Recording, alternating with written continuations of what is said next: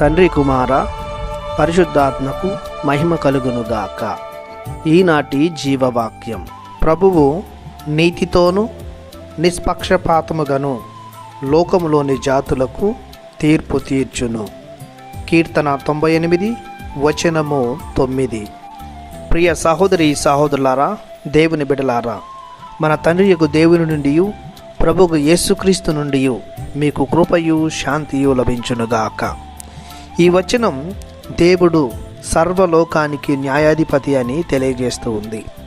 దేవుడు భూమి ఆకాశములను సృజించినవాడు. ఆయనకు సమస్త సృష్టిపై అధికారం కలదు. లోకంపై తీర్పు తీర్చే అధికారం కూడా దేవునికే కలదు. కావున ఆయన న్యాయముగా వర్తించును. ఆయనకు ఎలాంటి పక్షపాతం లేదు. లోకములోని ప్రజలు జీవించే జీవిత విధానాన్ని ఆధారంగా చేసుకొని మంచి చెడ్డలను, వ్యక్తిత్వాన్ని చూసి న్యాయ నిర్ణయం చేస్తాడు దేవదేవుడు.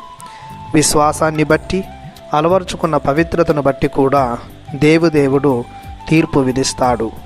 నీతి, నిజాయితీ, మంచితనం, మర్యాద, పవిత్రత, విశ్వాసం, దైవ భయం, దైవ ప్రేమ, సోదర ప్రేమ, సహవాసం, ఐక్యత వంటి మంచి గుణాలు కలిగిన వారిని దేవుడు పరలోక బహుమానంతో, నిత్య జీవంతో దీవిస్తాడు.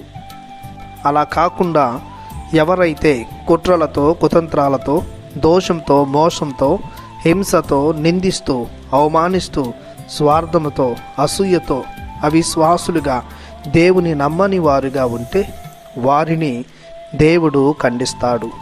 సాతానునికి, లోకానికి, శరీరానికి లొంగే వారిని కూడా దేవుడు నరకం పాలు చేస్తాడు. దేవుడు నిష్పక్షపాతి కనుక అందరినీ సమదృష్టితో చూచువాడు కనుక మన కార్యాలకు తగ్గట్టుగానే మనకు తీర్పు విధిస్తాడు. అలా అని దేవుడు కఠినుడిగా వ్యవహరించడు. దేవుడు కరుణామయుడు, ప్రేమనిధి, సులభముగా కోపపడువాడు కాదు కనుక తాను తీర్పు విధించే ముందు దయను, ప్రేమను కూడా మిళితం చేస్తాడు.